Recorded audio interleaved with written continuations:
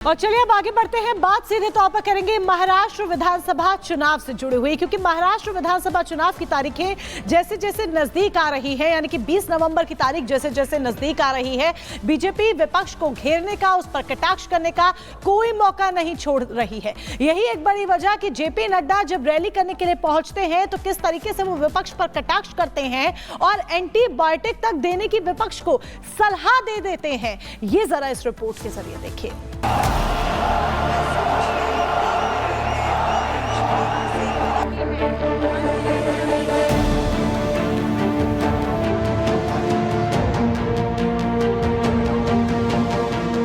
चुनावी माहौल में हर सियासी पार्टी इस बार महाराष्ट्र में राज तिलक की तैयारी को बेताब है, लेकिन जीत का सेहरा किसके सर पर सजे, अब से बस छठवें दिन महाराष्ट्र की जनता को तय करना है। लेकिन सियासी फिजाओं में बयानों की तो जैसे आंधी सी चल पड़ी है। इसी कड़ी में बीजेपी के राष्ट्रीय अध्यक्ष जेपी नड्डा साउथ मुंबई की एक सभा में पहुंचे, जहां उन्होंने विपक्ष को जमकर आड़े हाथों लिया। नड्डा ने साफ और सधे हुए शब्दों में कांग्रेस को हर ओर से घेरा।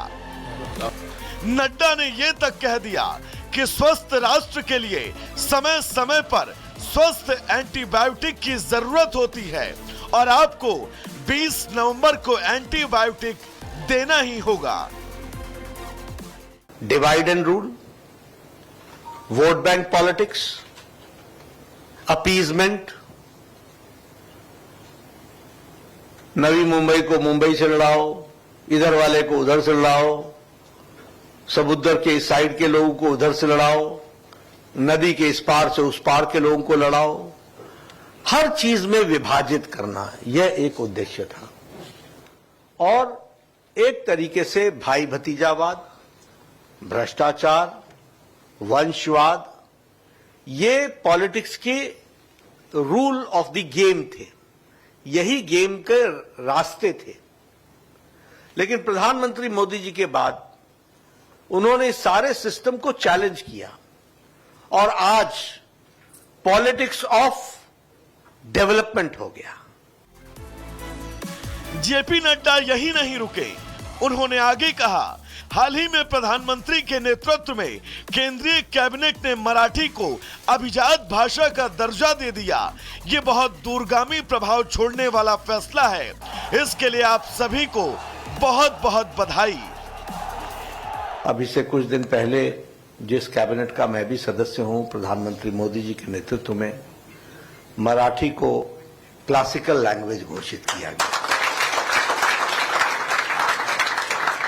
ये बहुत दूरगामी प्रभाव छोड़ने वाला फैसला है और ये मराठी लिटरेचर को, मराठी लैंग्वेज को बहुत दूर तक इंपैक्ट करने वाला फैसला है।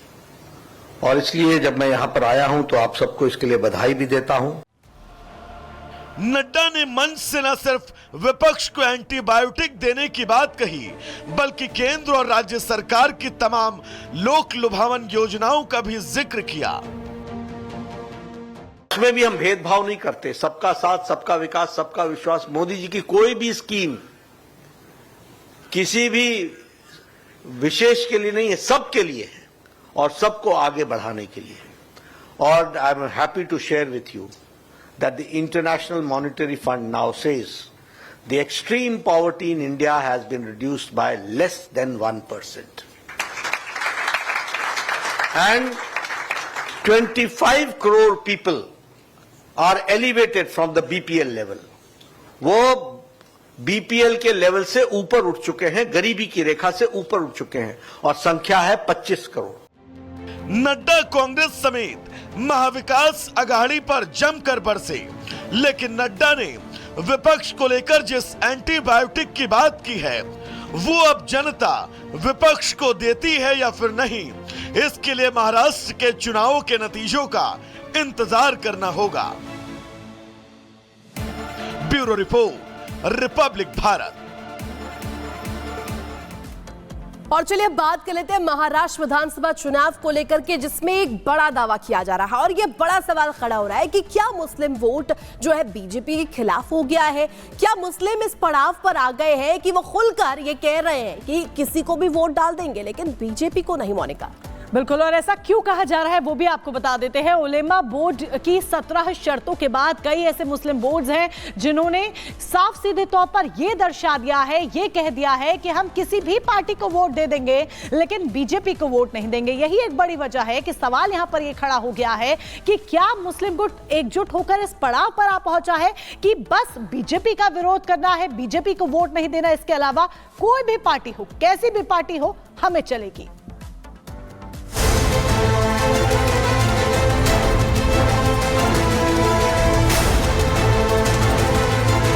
तुष्टीकरण से सत्ता की कुंजी, मुस्लिम वोट बैंक किसकी पूंजी?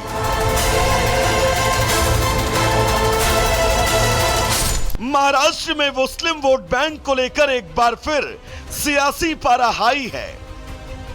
All India Muslim personal law board के एक ऐलान के बाद बीजेपी को एक बार फिर मौका मिल गया जब वो महाविकास अघाड़ी को तुष्टीकरण के मुद्दे पर घेर सके। पहले आप वो ऐलान सुनिए जो all India Muslim personal law board ने किया है।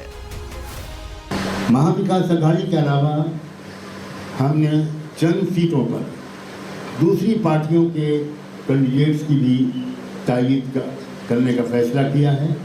169 मराठा और ओबीसी कैंडिडेट्स के नुमाइंदों की तायीद हम कर रहे हैं और 40 अदर कम्युनिटीज़ के लोग हैं, लिंगायत हैं और बहुत से जैन हैं, अलग अलग कम्युनिटीज़ के जो लोग हैं उनकी तादाद 40 है और 53 SC ST समाज के कैंडिडेट्स की तायीद का फैसला किया गया है, सपोर्ट का फैसला किया गया है और 23 मुस्लिम कैंडिडेट्स के सपोर्ट का फैसला किया गया है। यही नहीं, AIMPLB ने अघाड़ी के साथ साथ कुछ और दलों के उम्मीदवारों के समर्थन का भी ऐलान किया है। मुल्क की मौजूदा सूरत हाल को सामने रखते हुए ये कहना मुनासिब होगा कि महाराष्ट्र के 2024 के विधानसभा इलेक्शंस बहुत गैर मामूली अहमियत के हामिल हो चुके हैं, जिसका असर सिर्फ स्टेट के फ्यूचर पर नहीं, शायद पूरे मुल्क के मुस्तकबिल पर भी पड़ने वाला है।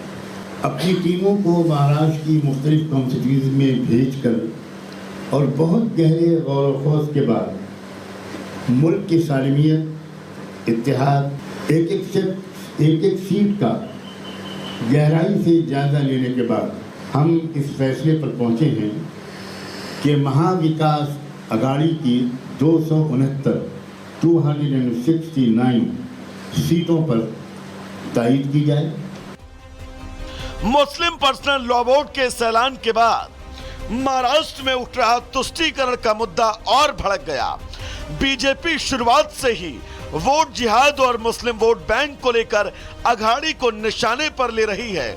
ऐसे में पर्सनल लॉ बोर्ड के समर्थन के ऐलान के बाद बीजेपी ने अपने हमले पहले से ज्यादा तेज कर दिए हैं। All India Muslim personal law board ने खुलेआम सरेआम फतवा जारी किया है कि इस चुनाव में वो MVA का समर्थन करेगी और मामला बिल्कुल क्लियर है। धार्मिक कारणों से AIMPLB all India Muslim personal law board ये करेगी। जो लोग बटोगे तो कटोगे को सांप्रदायिक कहते हैं, जो लोग एक रहेंगे सेफ रहेंगे को सांप्रदायिक मानते हैं, उनके लिए ऐसे 10%